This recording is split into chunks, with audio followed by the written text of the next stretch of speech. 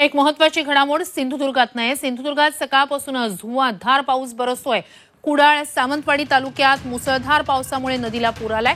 कुडाळ माणगाव खोऱ्यातील निर्मला नदीला मोठा पूर आलेला आहे। पुरामुळे आंबेरी पुलावरून पाणी वाहत आहे, त्यामुळे पुढील 27 गावांचा संपर्क तुटलाय।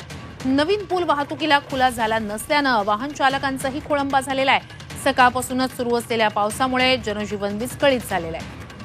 सिंधुदुर्ग जिल्ह्यात धुवांधार पाऊस बरसतो आहे। आंबेरी निर्मला नद्यांना पूर आलेला आहे, तर पुरामुळे आंबेरी पुलावरून पुराचं पाणी वाहत आहे, त्यामुळे 27 गावांचा संपर्क तुटलेला आहे। सकाळपासूनच धुवांधार पाऊस बरसतोय, त्यामुळे जनजीवन विस्कळीत झालेलं आहे। आंबेरी आणि निर्मला नद्यांना पूर आलेला आहे, त्यामुळे आंबेरी पुलावरून पाणी वाहत असल्याने वाहतूक विस्कळीत झालेली आहे।